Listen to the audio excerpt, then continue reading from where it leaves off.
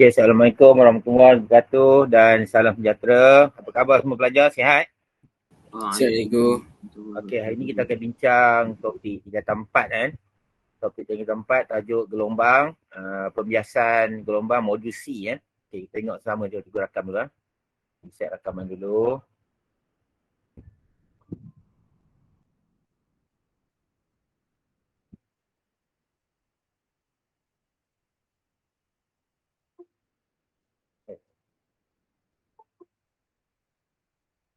Hmm.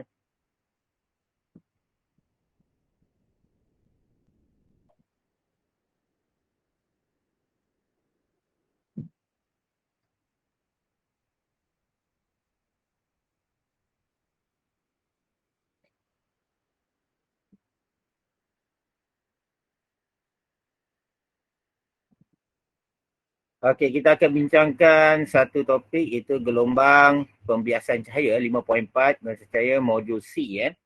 Okey, kita mulakan. Okey.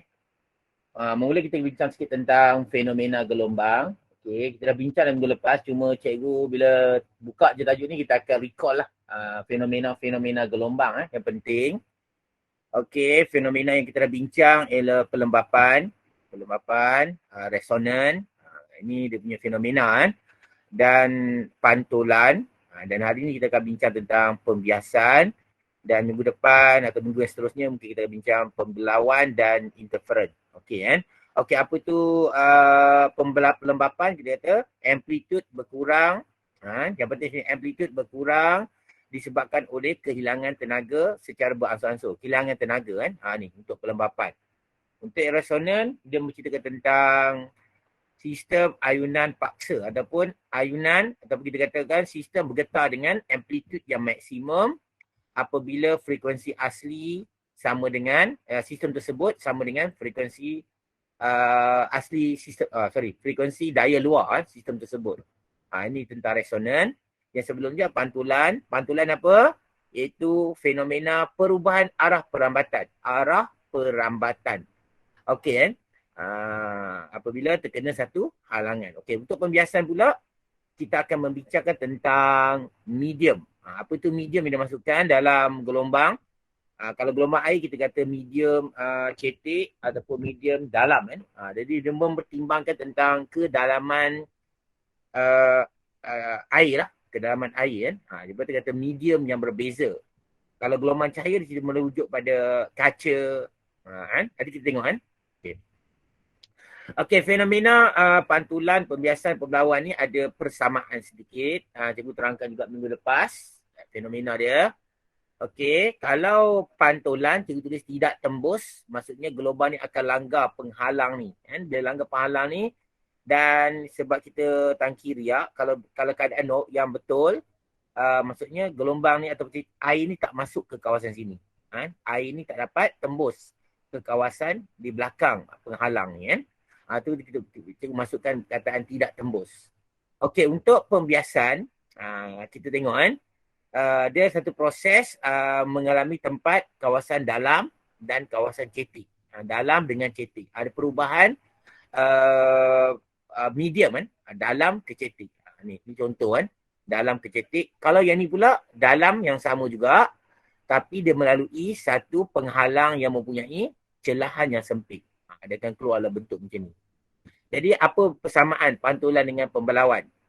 Persamaan dia apa? Siapa ingat? Apa persamaan pantulan dengan pembelauan?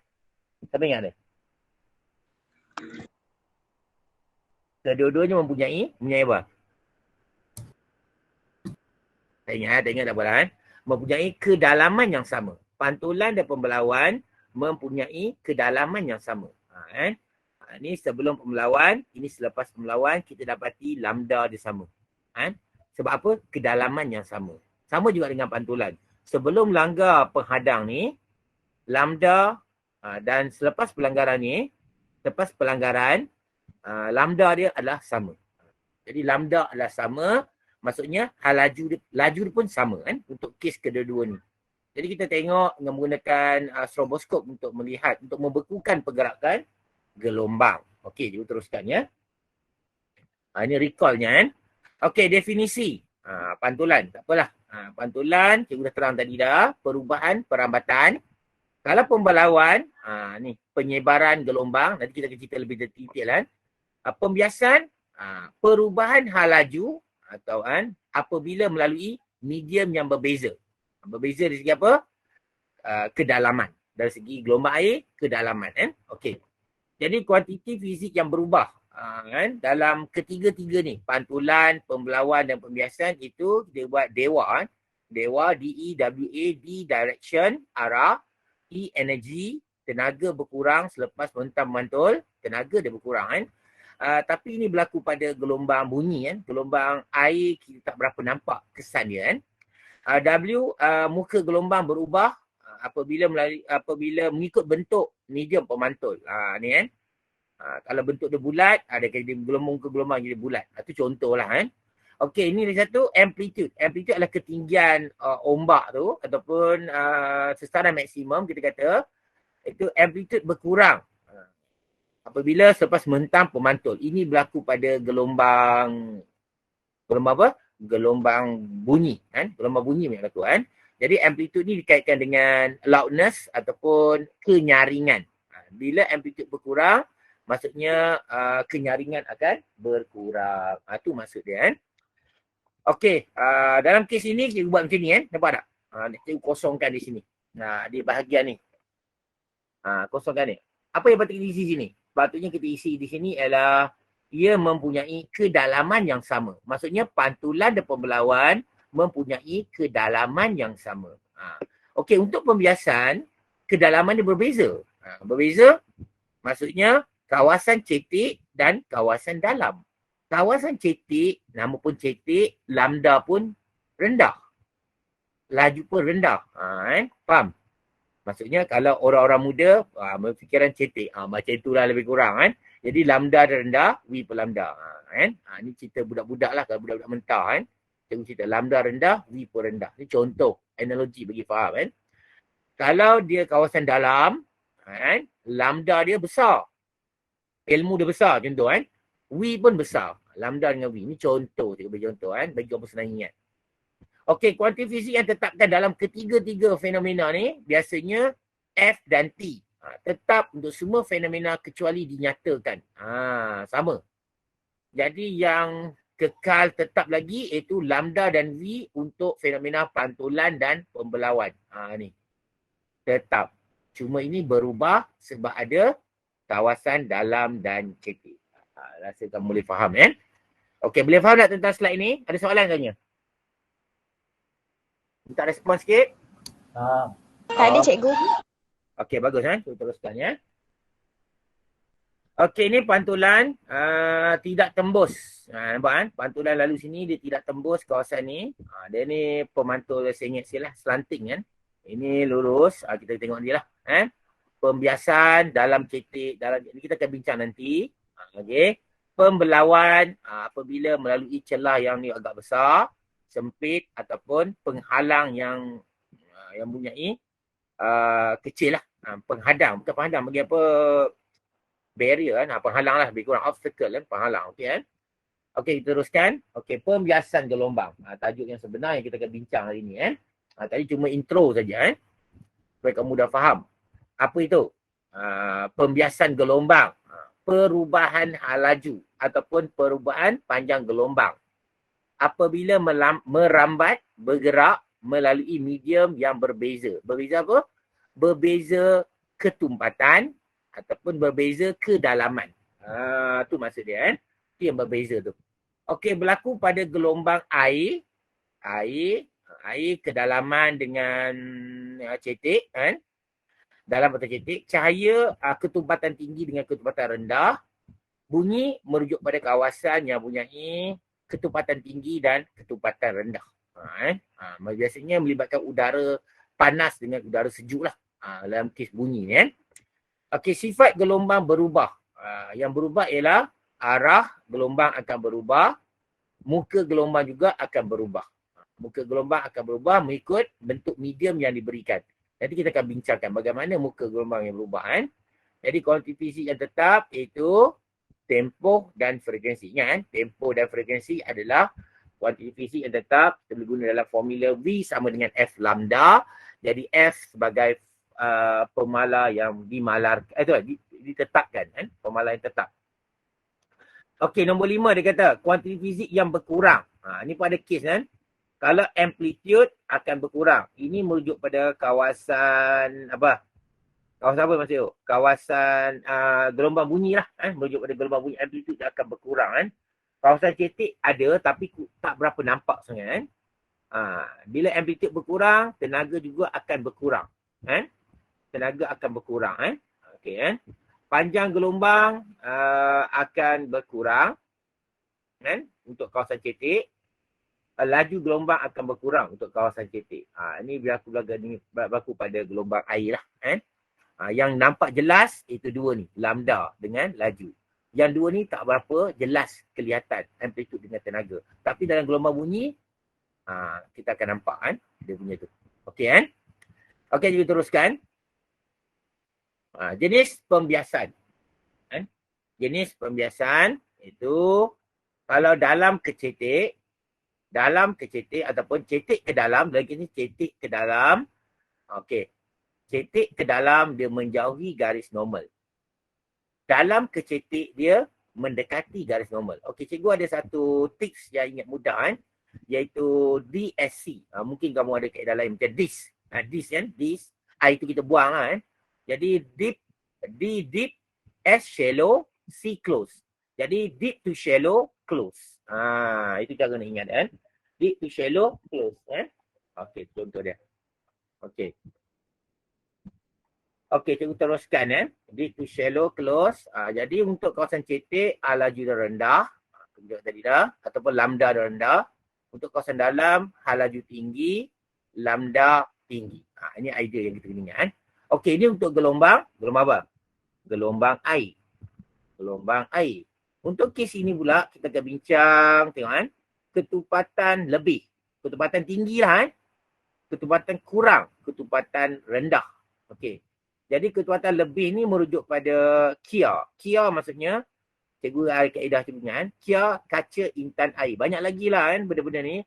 Tapi cikgu rujuk pada 3 benda yang penting, iaitu kaca intan air. Dan di sini adalah ketupatan yang lebih atau ketupatan yang tinggi. Okey. Kalau keadaan ketupatan tinggi, biasanya hal laju jadi rendah. Hal laju rendah bermaksud lambda yang rendah. Ini gelombang cahaya Gelombang cahaya Okey, kalau ketupatan kurang seperti udara dan vacuum ataupun UV, jadi hal laju dia tinggi, lambda dia tinggi. Jadi ini senang nak ingat Macam nak ingat? Ketupatan lebih kepada ketupatan kurang. Lebih kurang jauh. Lebih kurang jauh. Jadi lebih kurang je. Itu cara nak ingat Lebih kurang je. Lebih kurang jauh. Ini untuk gelombang cahaya. Okey, kita pergi pada yang berikutnya, iaitu gelombang ketupatan ketupatan yang tinggi atau lebih sama kita guna juga lebih kurang je juga Tapi lebih ketupatan yang tinggi ni merujuk pada kawasan suhu tinggi. Suhu rendah Ketupatan tinggi, suhu rendah Okey, bila suhu rendah, ketupatan dia lebih tinggi Okey, kalau ketupatan rendah ataupun ketupatan kurang, kawasan suhu tinggi. Suhu tinggi. Jadi sama juga lebih kurang jauh. Kita guna keadaan. Ini untuk gelombang bunyi. Dengan adanya keadaan begini, kita katakan bahawa laju bunyi dalam keadaan pepejal lebih besar daripada laju bunyi dalam keadaan cecair dan lebih besar pada laju bunyi dalam keadaan udara. Kenapa berlaku di sini? Sebab mengikut teori kinetik jirim, pepejal lebih rapat. Jadi gelombang bunyi perlukan medium untuk merambat. Jadi gelombang molekul-molekul pepejal adalah lebih rapat dan mudah dipindahkan. Tenaga bunyi lebih mudah dipindahkan dalam pepejal berbanding dengan cecair dan juga berbanding dengan udara. Boleh faham Okey, ada soalan nak tanya tentang jenis pembiasan ni? Ada tak? Siapa ni? Ada tanya? Boleh ke? Boleh cikgu. Boleh. Boleh Okey, terima kasih. Cikgu terus Sarah dia Okey, kita pergi pada yang seterusnya. Faham cikgu, tak ada. Ya, nak soalan nak tanya? Oh, okeylah, sabar. Dia faham ke kan? Okey, laju gelombang cahaya dipengaruhi oleh ketupatan optik medium. Ni dia kita terang ke dalam ni lah. Gelombang cahaya kan. Laju bunyi dipengaruhi oleh ketupatan udara. Ni dia terangkan dalam suhu panas dengan suhu sejuk. Okay, kan? Okey, pembiasan gelombang air. Okey, kita tengok ada 3 pembiasan tadi. Pembiasan gelombang air, gelombang bunyi dan pembiasan gelombang cahaya kan. Ataupun kita panggil pembiasan cahaya je lah. Okey, kita tengok sini kan. Ni cikgu dah terang tadi. Dalam kecetik kan, ataupun cetik ke dalam, dia perlukan dia menjauhi garis normal. Ni idea yang penting kamu ingat kan. Gitu juga lambda. Ini satu tips lah untuk kamu kan. Okey, ciri-ciri gelombang yang tidak berubah. Yang tidak berubah kan. Ciri gelombang yang tidak berubah, kalau kamu tengok sini, kawasan dalam, ni lambda dia. Lambda dia besar kan. Ini lambda dia untuk kawasan yang cetek. Maksudnya kita letakkan satu benda yang lebih tinggi kan. Supaya kawasan jadi kawasan cetek. Kan? Ni kawasan dalam, cetek, dalam. Yang berubah ialah lambda. Okey, kita boleh tengok sini. Dan juga hal laju. Lambda kecil, hal laju kecil. Jadi maksudnya apa? Dia baca berkali terus. Bila lambda tu kecil, hal laju pun kecil. Laju, panggil laju pun boleh kan. Okey, yang tidak berubah itu samalah juga kata frekuensi kan. Sebab kita gunakan motor ataupun tangki riak yang sama kan. Motor ini tangki riak sama dan frekuensinya dilaraskan. Kecuali dilaraskan dengan nilai yang tertentu saja. Kalau kamu nak ubah, itu cerita lain lah. Kan? Okey, yang berubah itulah kan. Laju dengan panjang gelombang. Kan? Laju besar, kawasan dalam. Laju kecil, kawasan cetek. Okey, sama juga panjang gelombang. Panjang gelombang besar, kawasan dalam. Panjang gelombang kecil, kawasan cetek. Untuk ni. Okey, jadi formula gelombang yang kita bincang di sini iaitu formula V sama dengan F lambda. V sama dengan F lambda. Okey, cikgu nak tanya kamu. Dalam 3 pemboleh ubah ni, V adalah laju, F adalah frekuensi, lambda adalah panjang gelombang. Okey, yang manakah satu pemboleh ubah dimalarkan? Kau boleh jawab? Frekuensi. Okey, bagus. Jawapannya frekuensi. Tepat kan? Jadi bila frekuensi dimalarkan, kamu boleh terbit satu formula. Jadikan F sebagai tajuk rumus. Frekuensi sebagai tajuk rumus. Kita dapat F adalah tetap. Jadi F sama dengan V per lambda. F sama dengan V per lambda. Apabila kita nak mengaitkan kawasan dalam dengan cetek, kawasan dalam dengan kawasan cetek, frekuensinya adalah sama. Kan? Jadi kita buat kawasan dalam, satu sebagai kawasan dalam, V1 per lambda 1 sama dengan V2 per lambda 2. Jadi dia punya asas ialah V per lambda. Boleh kan? Jadi nilai ni sama dua-dua ni sebab frekuensi adalah tetap. Okey kan? Okey, boleh faham kan? Dia punya macam mana terbitkan formula daripada 3 persamaan, 3 pemboleh ubah tu kan? Okey, kita teruskan. Okey, contoh. Contoh seterusnya iaitu rajam menunjukkan satu gelombang air bergerak dari kawasan P ke kawasan Q. Kan? Berbeza kedalaman. Berbeza kedalaman. Itu kan laju gelombang air dalam kawasan Q jika laju di kawasan air di kawasan P adalah 18. Jadi dalam kawasan Q kita tak tahu, kawasan P kita tahu. Ini adalah gelombang air. Okey, cikgu nak tanya kamu, mana kawasan yang cetek? P atau Q? Q. Ya, bagus. Q adalah kawasan yang cetek. Kan? Jadi Q adalah kawasan yang cetek. Jadi kita tengok sini, dalam lukisan, garisan ini, garisan kita lukis ini adalah mewakili apa? Saya boleh jawab. Puncak atau lembangan? Dalam garisan tu. Dalam lukisan puncak atau lembangan? Puncak. Dua puncak. Ya, bagus. Puncak kan? Bagus. Puncak. Okey. Jadi sebab dia like puncak, kita tengok sini. Puncak, puncak, puncak, puncak, puncak. Jadi kita tengok sini, ada berapa lambda di sini? Dalam 12 ni. Ada berapa lambda tu? Ada berapa panjang gelombang dalam 12 cm ni? Siapa boleh cuba? Tak apa. Okey, tak berani tak apalah. Kan? Jadi tengok sini. Sini ke sini, 1 lambda. Sini ke sini, 1 lambda. Sini ke sini, 1 lambda. Sini ke sini, 1 lambda. Jadi ada berapa? ada berapa lambda? Ada 4. ada 4 lambda Begitu juga dengan 12. Ya, untuk kawasan Q ni ada berapa lambda kawasan Q ni? 1, 2, 3, 4, 5, 6, 7, 8. 12 cm ni ada, kawasan titik ni ada 8 lambda. Jadi kita tengok sini macam mana nak buat ni. Penyelesaian dia. Jadi kita kata kawasan P, lambda untuk P ada 12 bahagi dengan 4. Okay, kan?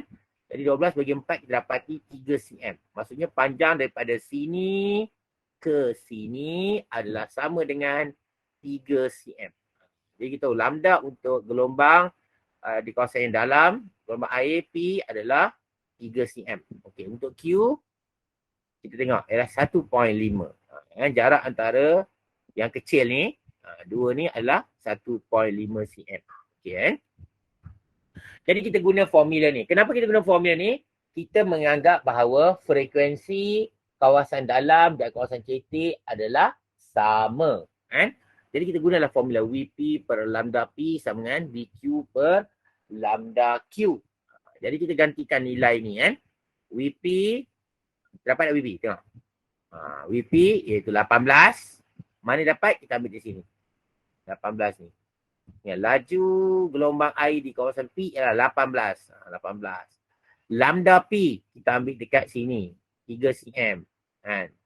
V2 soalan tanya kan. Itu kan laju gelombang air di kawasan Q. Jadi V2 ni dianggap sebagai VQ lah. Kan? VQ kan. Nak buat VQ pun tak ada masalah kan. 1.5. Itu lambda Q. Jadi kawasan Q lah. Jadi kita gantikan, jadikan V2 sebagai tajuk rumus. Ni terangkan. Gantikan V2 sebagai tajuk rumus. Kita dapat jawapan V2 sama dengan 9 cms negatif 1. Dengan menganggap frekuensi adalah pemalar. Frekuensi dan tempoh adalah pemalar dalam kes pembiasan. Okey kan? Okey, contohnya. Okey, ada soalan tak? Saya rasa senang kot kan? Boleh kan? Boleh tak? Okey, boleh. Alhamdulillah. Okey, cikgu teruskan yang berikutnya kan. Ini berkaitan dengan pembelajaran. Ini konsep pembiasan pembelajaran bagi silakan.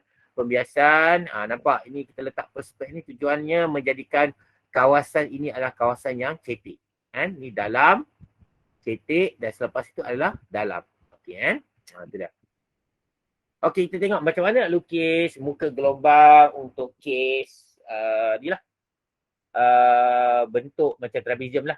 Dia punya apa? Kawasan yang bentuk trapezium. Kan? Okey. Gelombang ni bergerak. Ini adalah muka gelombang. Ini muka gelombang. Muka gelombang lurus kan. Dan arah perabatannya adalah daripada ni arah perabatannya daripada kiri ke kanan. Dan melanggar medium cetek berbentuk trapezium. Boleh kan? Medium cetek ataupun kita letak perspek kan? Berbentuk trapezium. Okey, step yang pertama kita tengok sini ialah kita kena lukis garis normal. Apa tu garis normal? Garis normal ialah satu garis bayangan ya, yang membuat sudut 90 darjah dengan satah pada titik 7 ini. Pada titik 7. Bagi kita mudah faham. Kalau nak buat, mesti kita buat pada titik 7. Dan garis ni adalah 90 darjah. Garis yang putus-putus dan ini adalah garis satah. Jadi 90 darjah. Okey. Cikgu nak tanya kamu kan. Kawasan dalam deep to shallow. Dalam ke cetek. Dia mendekati atau menjauhi normal? Dekat. Okey. Dia akan mendekati garis normal. Jadi kita buat kan. Kita buat. Kalau kamu buat saja, kamu akan dapat ni lurus saja kan. Terus kan. Terus saja. Kalau dekat, dia akan di sini. Di bawah sikit kan. Di bawah sikit. Dekat dengan normal. Kalau di sini, dia menjauhi garis normal. Kalau lurus, dia lurus terus. Kita tengok sini kan. Jadi dia, agak lukisan ni kena dekat sini kan. Dekat bawah sikit katanya kan. Mendekati garis normal. Dekat dengan garis putus-putus ni. Okay. Dan kita buat lurus saja dan dia berhenti di sini. Sini adalah titik 7 yang baru. Titik 7 yang baru. Dan di sini kita akan buat garis normal. Okey. Cikgu nak tanya kamu. Garis normal ni dalam keadaan mana? Pasi X ke pasi Y? Saya tanya. Kat kamu. Pasir X. Ya, macam pasir. Bagus kan? Dia akan sama dengan macam macam ni. Ni gas normal kan? Gas normal. Dan dalam kes ini adalah kawasan cetek. Ini adalah kawasan cetek dan ini adalah kawasan dalam. Jadi tadi mendekati garis normal. Sekarang sudah menjauhi garis normal. Kalau kita buat lurus, dia akan bergerak macam ni kan. Menjauhi, dia akan lebih ke sini. Lebih ke sini kan. Okey. Jadi kita buat situ. Dia menjauhi garis normal. Okey kan.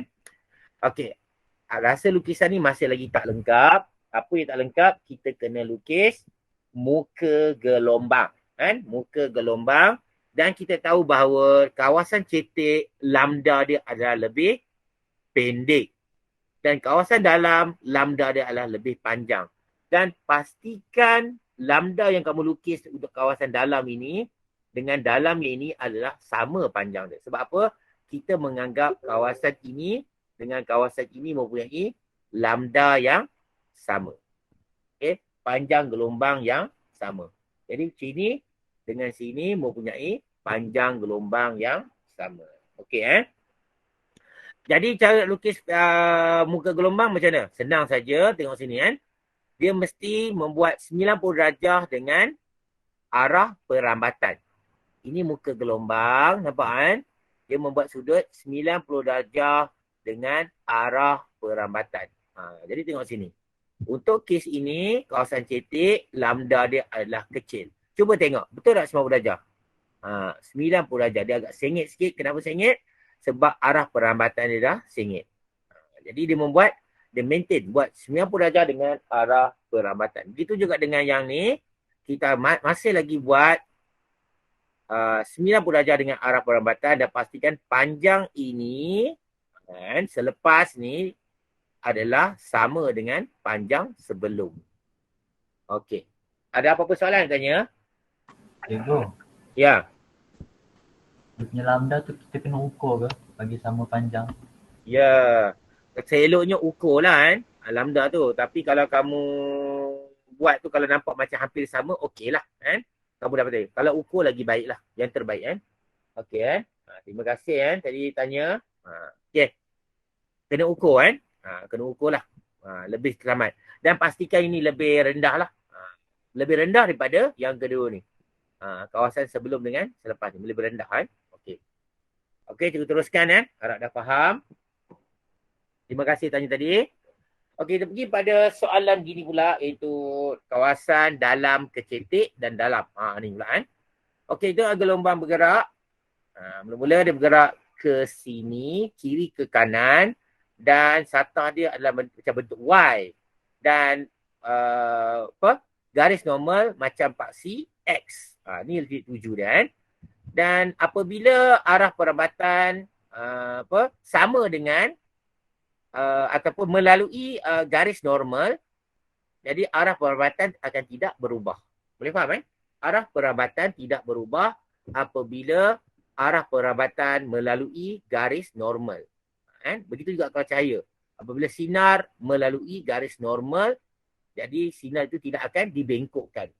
Kalau sinar, sama dengan arah perambatan ni kan. Jadi tidak dibengkokkan, dia akan lurus macam ni. Boleh kan? Dan kita lukis, kita berhenti di sini dan kita akan cari dia punya garis normal yang baru di sini kan. Dan garis normal yang barunya adalah dalam bentuk sengit kan. Kalau dia ni sata, garis normal dia macam ni lah. Sini kan. Kamu boleh guna pembaris yang segitiga tu kan. Kalau kamu nak check garis normal. Boleh kan. Kita ada pembaris segitiga yang 90 darjah tu kan. Kamu boleh check sini kan. Tu dia. Ini adalah garis normal. Mesti 90 darjah. Dan sini ke sini, dalam cetek ke dalam, dia akan menjauhi garis normal. Kalau macam ni dia akan lurus kan. Dia akan menjauhi, dia akan ke bawah sikit. Dia akan menjauhi garis normal. Okay. Sama juga tadi, lukisan kita tidak lengkap dan kita kena lukis muka gelombang.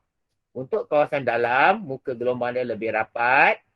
Okay, kawasan dalam, muka gelombang dia lebih rapat. Dan, kawasan cetek, minta maaf Kawasan cetek, muka gelombang dia lebih rapat. Dan kawasan dalam, muka gelombang dia adalah lebih besar dan ini panjang gelombang ini sama dengan panjang gelombang ini. Sama. Okey kan? Boleh kan? Ada masalah lagi tak? Boleh kan? Nak ukur, kita ukur elok. Elok ukur kan? Supaya kamu lebih selamat dalam penyiraan, dalam melukis lah. Okey, kita teruskan. Kalau begini pula kan? Begini pula, jika dia melalui kawasan dalam cetek dalam. Bentuk apa ni? Bentuk segi empat. Okay. Jadi sebab bentuk segi empat, kita dapati garis normal dia adalah arah perambatan melalui garis normal. Macam cerita tadi juga. Kan? Dan di sini dia akan bergerak lurus. Okay. Sampai di sini, kita dapati arah perambatan dia sama dengan melalui garis normal juga. Kan? Sebab apa? Sebab bentuk dia macam ni. Kan? Boleh faham kan? Dan kita dapati arah perambatan gelombang adalah lurus macam ni. Dan kita lukis apa lepas ni? Kita akan lukis muka gelombang. Kawasan cetek dia lebih rapat. Kawasan dalam lebih besar. Okay, kan? Yang penting kamu kena tahu dalam kes ni, kamu kena tahu macam mana nak lukis garis normal dan dia mendekati atau menjauhi garis normal. Apa dia punya arah perambatan tu. Kamu kena buat ni lah. Dalam ke cetek apa akan terjadi. Cetek ke dalam apa akan terjadi. Tu kamu kena tahu kan. Dan juga kamu pandai melukis muka gelombang. Iaitu membuat 90 darjah dengan arah perambatan. Itu 3 tips yang pertama kan. Ingat kan. Pertama tadi apa? Kamu kena tahu dalam ke cetek. Cetek ke dalam. Mendekati atau menjauhi garis normal. Itu yang pertama. Yang kedua, kamu kena pandai melukis garis normal. Kita baliklah. Yang pertama tu garis normal dulu kan. Okey, yang ketiga baru kamu lukis apa? Muka gelombang. Itu cara-cara untuk nak skor untuk dalam bahagian melukis ni kan. Okey, kita teruskan kan. Okey, ada apa-apa soalan tanya? Ada tak ada? Senyap je? Boleh? Ada apa-apa soalan? Tak ada. Okey, tak ada. Okey, tak ada, kita teruskan ya. Okey. Jika muka gelombang melalui macam medium yang bentuk seperti kanta apa ni? Kanta cembung. Ya, bagus. Kanta cembung. Apabila muka gelombang yang lurus ni melalui kanta cembung dan arah perambatan dia adalah mesti apa? Mesti daripada kiri ke kanan. Kan? Arah perambatan dia kiri ke kanan. Jadi kita lukis macam cahaya yang kita lukis kan? Lukis ni dulu. Kalau cahaya kita lukis, kalau di kanta cembung, di tengah-tengah ni mesti dia bergerak apa? Dia mesti bergerak lurus sebab dia lalu dekat titik optik. Titik optik. Apa kita lukis 3 lusinan. 1, 2 dan 3. Okey. Kalau kanta cembung, dia akan apa? Menumpu ke mencapah? Kanta cembung. Dia akan menumpu ke atau mencapah untuk kanta cembung ni? Dia akan Menumpu. ya, dia akan menumpu kan. Tapi di tengah ni dia akan bergerak lurus kan. Dia seolah-olah macam garis normal jugalah kan. Tapi dia pusat optik. Dia akan lurus macam ni. Dan yang di sini dia akan menumpu. Sampai sini dia akan menumpu macam tu. Okey, bila dia menumpu, sini adalah pusat. Pusat untuk gelombang baru yang terhasil daripada muka gelombang. Boleh kan? Sebab kerja kita belum habis lagi. Sebab kita kena lukis muka gelombang. Jadi bila nak lukis muka gelombang, dia akan menghasilkan muka gelombang membulat. Kenapa? Sebab sini adalah pusat untuk gelombang membulat. Kan? Bentuk dah. Jadi bentuk yang pertama macam ni. Ni kan. Ini kedua. Ini lambda dia lebih besar. Lambda ni sama dengan lambda yang asal. Ini lambda dia lebih kecil sebab dia berada kawasan cetek. Itu cara nak melukis je. Okey kan? Boleh faham? Pertama sekali kamu kena faham tentang konsep cahaya. Itu kanta cembung. Okey. Lepas tu kamu tengok bagaimana kanta cembung menumpu. Lepas tu di mana pusat ataupun center ini, titik fokus ni adalah tempat penumpuan ni adalah di mana pusat untuk muka gelombang baru. Itu kaedah dia kan? Muka gelombang baru. Harap kamu faham ya? Boleh kan? Okey, kita teruskan ya. Okey, kalau dia bentuk macam ni, dia tentu ni bentuk kanta cekung. Jadi kanta cekung dah tahu, ke cekung mesti dia mencapah. Mencapah. Jadi sama juga tadi. Kita lukis 3 arah perambatan. Tengah, bawah dan atas. Itu lukis sini. Dan kita tahu bahawa yang di tengah ni mesti bergerak lurus. Mesti bergerak dalam keadaan lurus. Dia akan bergerak lurus macam ni. Dan di bahagian ini dia akan naik ke atas atau ke bawah? Saya tanya ini. Dia akan naik ke atas ke atau ke bawah? Ya, dia akan naik ke atas sebab dia mencapah. Macam tu. Ini pun sama. Yang bawah dia akan turun ke bawah. Macam ni. Okey, kita akan tarik ke belakang balik. Dekat naik ke atas, kita tarik ke belakang. Ni titik fokus dia. Ini pun kita tarik ke belakang, ke bawah dan kita tarik ke atas. Ni titik fokus dia. Dan dua-dua ni bertemu pada satu titik yang sama. Dan ini adalah sumber muka gelombang baru. Sumber muka gelombang baru selepas dibiaskan. Okey kan? Jadi nak lukis macam mana? Lukis startnya di sini. Di sini jadi muka gelombang baru biasanya macam ni. Di sini agak rapat. Ni rapat kan? Sebab bentuk dia macam ni. Alright. Dan di sini agak panjang sikit sebab apa? Kawasan dalam. Jadi jarak ini masih sama dengan jarak yang ini. Itu cara nak lukis muka gelombang untuk medium yang berbentuk seperti kanta cekung. Okey kan? Kanta cekung itu mencapah. Okey, ada soalan nak tanya ke? Berkaitan dengan gambar ni. Boleh tak? Boleh cikgu. Boleh kan? Mungkin cikgu ajar detail sikit lah supaya kamu lebih faham macam mana bentuk muka gelombang ni kan. Okey, cuba tengok gambar. Ni gambar sebenar. Pembiasan yang berlaku dalam tangki riak. Okey, diambil. Jadi kita tengok sini kan. Jadi, memang apa yang kita tak nampak sini adalah apa? Arah perambatan gelombang dan juga apa satu lagi? Apa yang kita nampak? Arah perambatan gelombang dan apa satu lagi? Tak boleh jawab. Okey, tak berani tak apalah kan. Iaitu Gelombang. Lambda. muka gelombang kita nampak lurus. Betul tak? Lambda. Lambda kita boleh kira. Lambda kita kira jarak ni. Yang kita tak nampak itu arah perambatan dan juga apa? Dan juga itu garis normal. Boleh faham kan? Garis normal. Jadi kita tengok gelombang ni daripada sini. Jadi kita menganggap gelombang ni bergerak daripada kiri ke kanan. Kita ambil sebarang titik lah. Macam ni. Dia bergerak daripada kiri ke kanan. Ni muka gelombang ni. Bergerak kiri ke kanan kan. Okey, ni yang sebenar ni. Kawasan cerah kan. Kawasan cerah gelap kan. Kamu faham lah. Kita dah terang hari tu kan. Kenapa berlakunya kawasan terang dan gelap kan. Okey. Sampai saja di sini. Ini adalah titik 7. Dekat sinilah kita akan buat garis normal. Garis normal kan. Garis normal dia macam ni. Itu membuat 90 darjah. Garis yang membuat 90 darjah dengan satah ini. Satah ni kan. Satah ni. Jadi ini 90 darjah.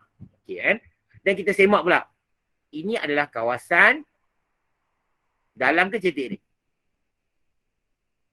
Kawasan dalam cetek ni? Dalam. Bagus. Kalau di sini kawasan dalam, di sini adalah kawasan cetek. Bukti dia kita tengok kan. Ini lambda dia kecil, sini lambda dia besar. Jadi kita tengok dalam ke cetek. DS. Deep to shallow. Deep to shallow. Jadi dia akan close. Mendekati garis normal kan. Deep, shallow, close kan. Dalam ke cetek. Jadi dekat sini dia akan mendekati. Kalau lurus dia akan lurus macam ni je kan. Sebab mendekati dia akan lebih ke bawah. Dia akan jadi macam tu. Boleh kan? Dia akan lebih ke bawah. Dan kita semak. Betul tak muka gelombang ni 90 darjah. Ini 90 darjah. 90 darjah. 90 darjah. Ini pun sama. 90 darjah. 90 darjah. Okey. Itu cara nak melukis muka gelombang dalam keadaan yang sebenar. Gambar sebenar. Kita boleh lukis muka gelombang. Lebih mudah. Okey. Kawasan dalam dan kawasan cetek. Okay, boleh kan? Harap kamu faham lah macam mana nak lukis muka gelombang sekarang. Okay, lambda dia. Ini lambda dia. Lambda ni lebih besar, kawasan dalam. Lambda ni lebih kecil, kawasan cetek. Okey. Kita tengok gambar ni bersama lah. Ni saya tengok gambaran tambahan je lah kan. Bagaimana lambda dia berkurang. Ni lambda besar, lambda dia berkurang. Arah perambatan ni. Okay, ini gambar sebenar. Okey. Kita pergi pada kes yang seterusnya. Okey, slide yang seterusnya itu Pembiasan gelombang air laut di teluk dan tanjung. Ini melibatkan, teluk ni merujuk pada pantai macam pantai. Teluk ni macam pantai dan tanjung ni merujuk pada kawasan yang bukan pantai lah kan. Yang lebih macam tebing kan, tebing. Tanjung ni macam tebing kan. Teluk ni macam pantai. Okey kita tengok sini Okey, dia kata mengapakah gelombang menjadi lebih rapat antara satu sama lain dan mengikut bentuk pantai apabila menghampiri pantai. Pantai 2 kali sebut kan. Okey, jadi aku cakap tadi, ini adalah teluk, ini adalah kawasan darat, diambil. Katakan ini kamu pakai drone ke, kamu pakai helikopter, kamu akan nampak, kamu akan dapati muka gelombang dalam bentuk macam ni ni kawasan pantai. Lepas tu kita panggil teluk kan. Kalau kawasan dekat Perak ni kita panggil Teluk Batik. Tempat orang mandi kan. Teluk Kemang. Teluk kan. Tempat-tempat orang mandi pantai kan. Okey. Tanjung, tebing. Tebing kan. Kalau kat Melaka dia panggil apa? Tanjung Ru tak silap cikgu kan. Ni. Tebing. Jadi kat sini kan. Jadi sebabnya daripada kawasan laut dalam ke kawasan pantai, kita dapati air tu adalah kawasan daripada dalam kepada kawasan cetek, daripada laut dalam. Jadi kita kata ni air bergerak daripada kawasan dalam ke kawasan cetek. Dalam lambda besar, cetek lambda dia lebih kecil. Itu kamu kena tahulah. Okey, yang kedua kita kata laju gelombang air berkurang. Ya, bila lambda berkurang, laju akan berkurang daripada dalam ke cetek. Okey. Gelombang air terbias mendekati garis normal. Sebab apa mendekati garis normal? Sebab kawasan dalam ke cetek. Deep, shallow, close. Mendekati garis normal. Itu idea dia kan. Ini konsep yang perlu kamu ingat. Okey, yang berikutnya, muka gelombang mengikut bentuk pantai apabila ia menghampiri pantai. Sebab apa? Sebab dia mendekati garis normal. Okey, itu maksud dia. Okey, soalan seterusnya. Mengapakah air di tanjung berombak tinggi? Ombak tinggi kan. Sebab apa ombak tinggi? Ombak tu tinggi maksudnya dia punya ombak tu amplitude dia tinggi. Kan? Bila amplitude tinggi, maksudnya tenaga dia pun tinggi. Jadi kita kat sini. Banyak tenaga tu tumpu di kawasan tanjung menyebabkan amplitude ombak lebih tinggi. Sebab tu ombak dia tinggi. Okey kan? Ombak tinggi, amplitude tinggi. Kenapa amplitude tinggi? Tenaga dia tinggi. Kan? Okey, kawasan teluk pula. Kenapa adalah lebih tenang? Ini jawab alasan dia. Kerana tenaga disebarkan ke kawasan yang lebih luas. Tadi tenaga banyak di kawasan tanjung. Kawasan teluk tenaga dah berkurang kerana tenaga disebarkan. Ini menyebabkan amplitude air menjadi kecil dan menjadi kawasan yang lebih tenang. Okey, itu cara dia. Okey, boleh faham banyak lagi penjelasan boleh terangkan di sini. Tapi ini untuk alasan yang soalan ni lah. Kalau kamu nak terang yang ni, untuk yang ni pun tak ada masalah. Okey, tak ada masalah. Okey, kita teruskan. Okey. Pembiasan gelombang bunyi. Kita dah habis dah gelombang air. Kita akan bincang pula itu pembiasan gelombang bunyi. Itu dah. Okey, ni pembiasan gelombang bunyi yang berlaku pada waktu siang. Waktu siang, kita tengok sini dekat sini ada bunyi daripada rumah. Okey. Daripada rumah keluar. Kita dapati dia naik ke atas, menjauhi bumi dia kata. Jadi pemerhati dapat mendengar bunyi dengan keadaan yang lebih lemah. Tak kuat waktu siang kita tak boleh dengar sangat bunyi-bunyi Sebab apa? Bunyi telah terbias menjauhi bumi. Okey, kenapa? Tengok sini laju bunyi dalam udara panas adalah lebih tinggi. Kenapa lebih tinggi? Sebab sebab udara panas dia mempunyai suhu yang tinggi. Bila suhu yang tinggi, molekul udara akan bergetar dengan lebih cepat, lebih kerap, lebih cepat dan menyebabkan tenaga kinetik dia tinggi. Suhu tinggi, tenaga kinetik tinggi dan dapat bergerak dengan lebih laju. Jadi laju bunyi lebih tinggi pada kawasan yang panas. Dalam udara panas. Okey, cuba tengok kawasan ni cerita ni. Okey, pada waktu panas ataupun waktu siang, kita dapati di bahagian bawah ataupun permukaan bumi, udaranya adalah panas. Di bahagian atas sedikit permukaan bumi ni, udaranya agak sejuk. Boleh faham kan? Maksudnya dekat jalan tar tu, kalau kamu tengok di tengah waktu siang, jalan tar tu agak panas. Kan? Tapi di atas sikit dia lebih sejuk. Itu memang konsep yang kamu kena faham kan? Okey.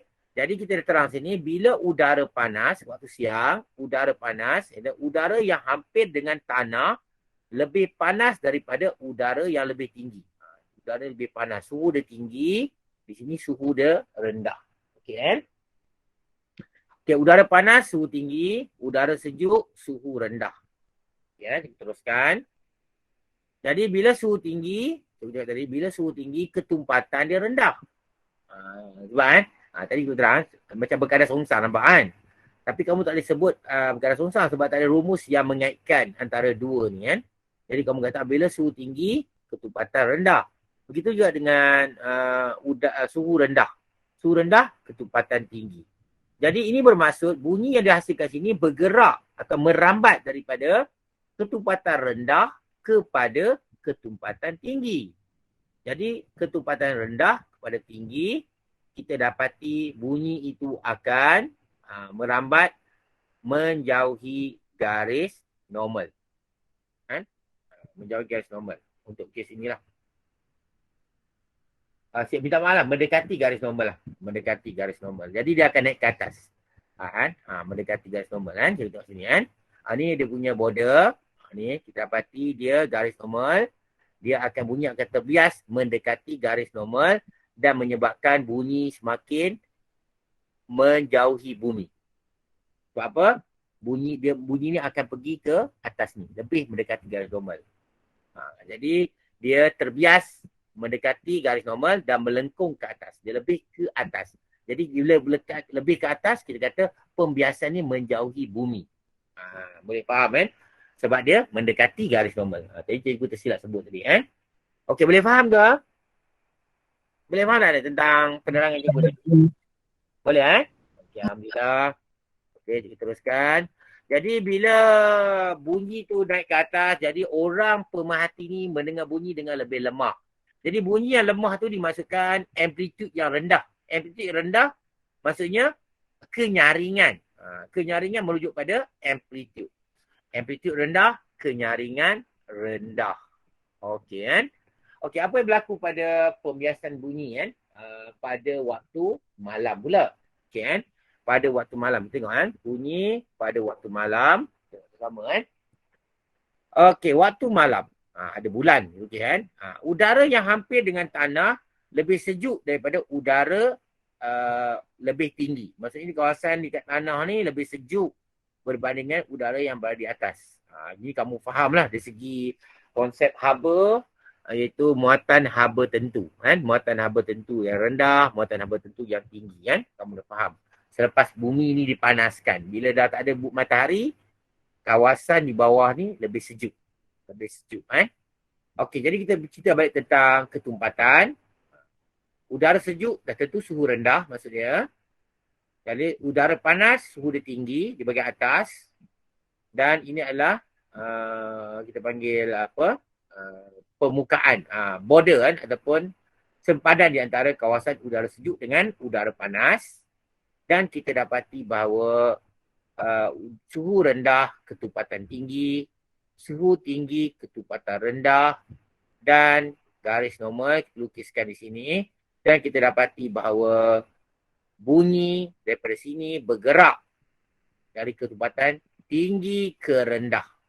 Jadi bila ketumpatan tinggi ke rendah, dia akan bergerak ataupun terbias menjauhi garis normal dan melengkung ke bawah. Dia tak bergerak ke atas.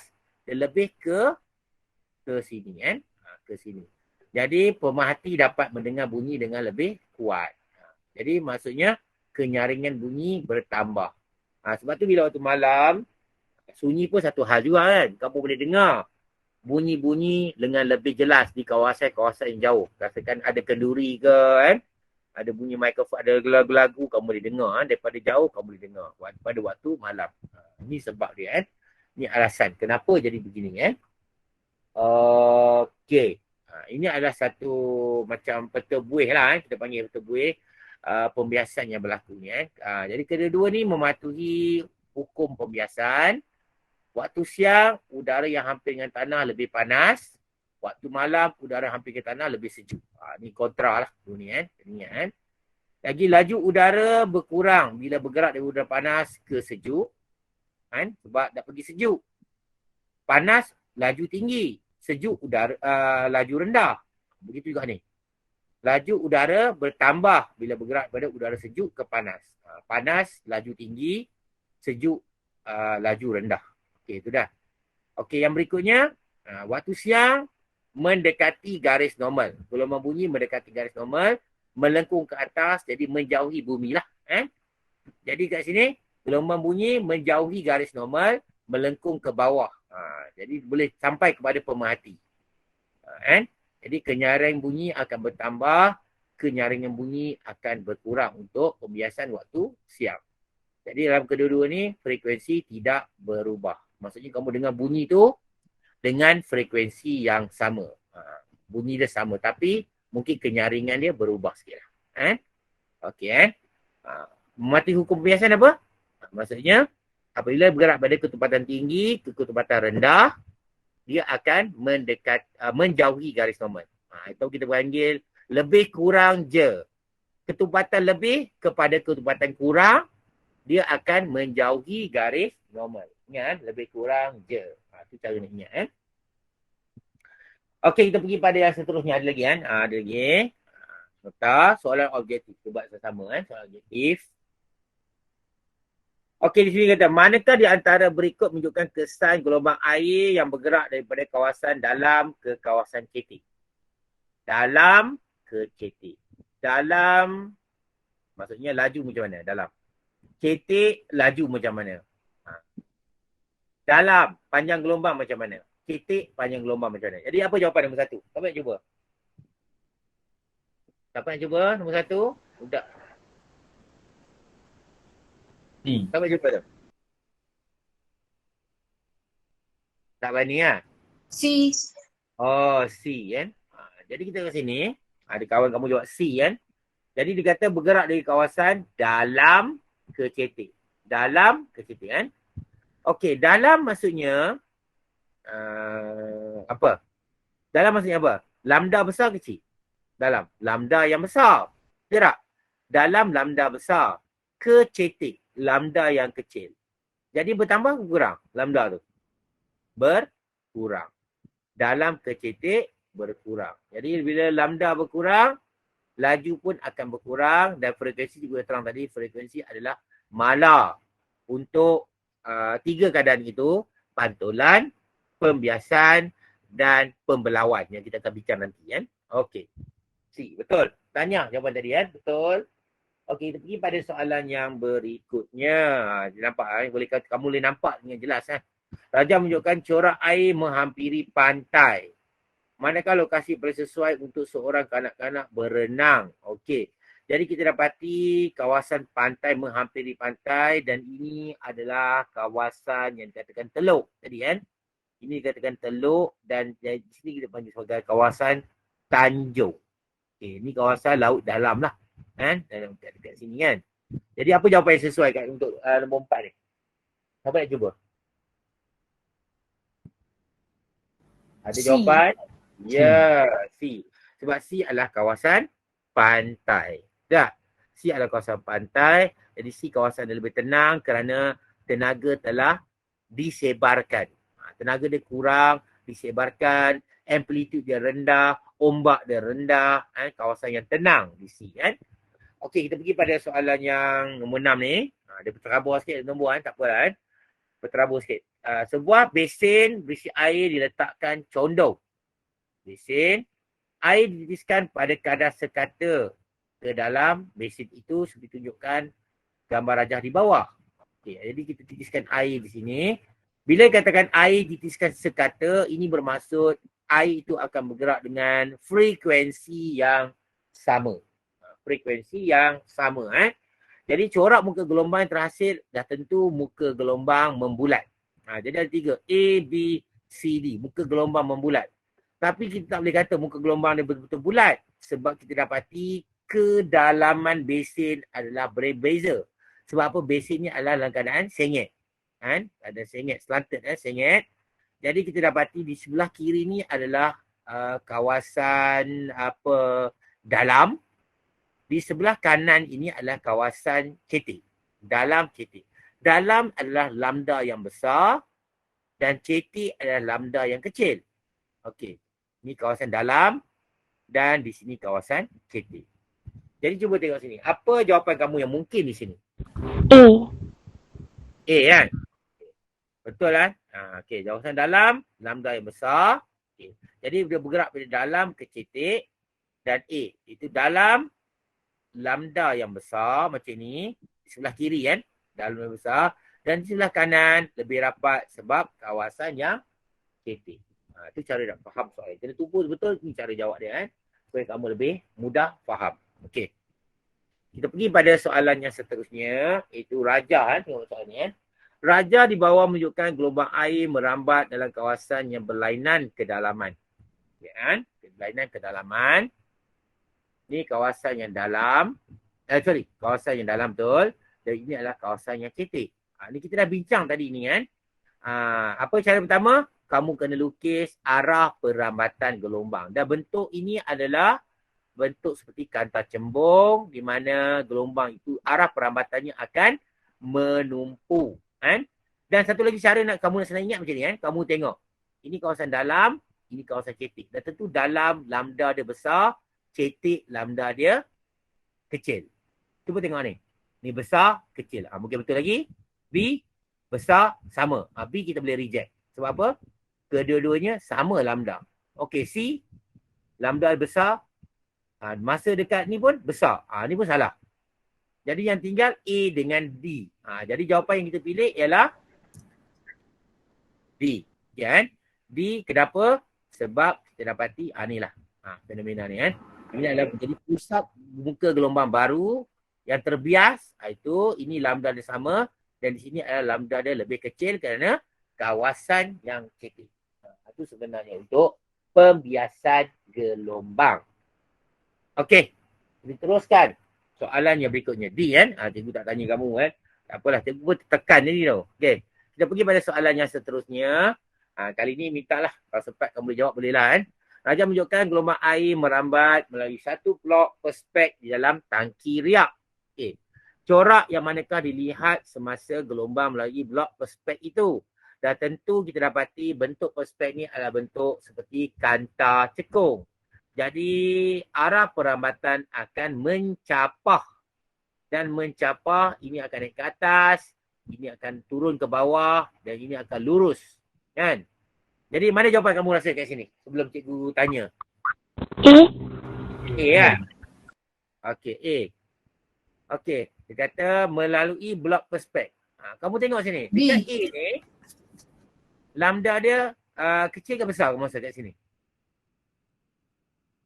Kecil. Kecil kan? Lambda dia kecil kat sini. Jadi kamu tengok. Kalau kamu jawab A, lambda masih sama. B kecil. C besar. Sama kan? Jadi A dengan C kita dah boleh reject. Sebab dia kata melalui blok perspek. Jadi B dengan D adalah jawapan pilihan kita. Jadi mana jawapan? B atau D? B. Okey, B. Bagus. Tengok apa yang kita bincang tadi. Di mana apabila dia mencapah, kita reverse ke belakang dan bertemu di satu pusat. Ini adalah center ataupun pusat untuk gelombang baru yang terbias. Jadi dia akan jadi bentuk macam ni. Gelombang terbaru, terbias. Ini makin rapat dan ini lebih besar sebab dia masuk kawasan yang dalam.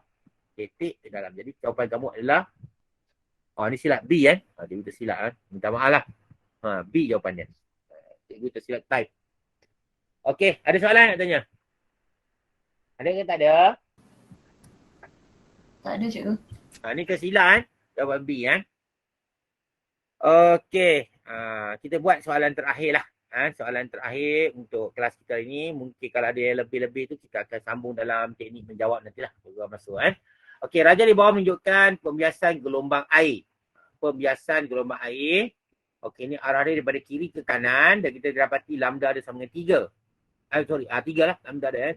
Dan kawasan cetek iaitu bentuk perspek, bentuk trapezium ni, lambda adalah 1.5. Jika laju gelombang air 5 di kawasan air dalam. Ni 5 CMS ni satu. Kawasan dalam ni. Kawasan dalam kan. Dia kata hitungkan laju gelombang air di kawasan cetek. Jadi kita boleh guna formula V sama dengan F lambda. Di mana F adalah pemalar. Bila F pemalar, jadikan F sebagai tajuk rumus. Jadi F sama dengan V per lambda. Tengok ni 3. Kawasan dalam. Lambda 1, 3. Untuk kawasan cetek, lambda 2. Kita buat kan. 1.5. Dan diberi laju pada kawasan dalam V1 5 cm. Dan kita tengok ni, kita nyatakan frekuensi sebagai pemalar. Jadi laju kawasan alam cetek, kawasan cetek V2 yang kita tak tahu, kita nak cari, kita guna formula ni. V1 per lambda 1 sama dengan V2 per lambda 2. Kita menganggap bahawa frekuensi kedua-dua dalam dan cetek adalah sama. Itu kuanti fizik yang tidak berubah. Dan kita gantikan nilai dia. Gantikan, kamu dapati V2 sama dengan 2.5 cms negatif 1. Okey, ni soalan yang berkaitan dengan ni. Okey, ada apa-apa soalan nak tanya? Ada apa-apa soalan? Tak ada. Okey, kalau tak ada, terima kasih. Terima kasih setakat ni saja kelas cikgu. Okey, kita jumpa lagi di minggu depan. Kita akan bincang tajuk, kita panggil tajuk apa? Tajuk fizik kuantum, modul E. Nanti kita akan bincang lagi kan. Okey. Sekian saja cikgu. Terima kasih. Assalamualaikum warahmatullahi wabarakatuh dan salam sejahtera. Okey, jumpa lagi. Terima kasih cikgu. Terima kasih, cikgu. Terima kasih, cikgu. Okey, kita akan bincangkan. Terima kasih cikgu. Sama-sama. Terima kasih, cikgu. Sama.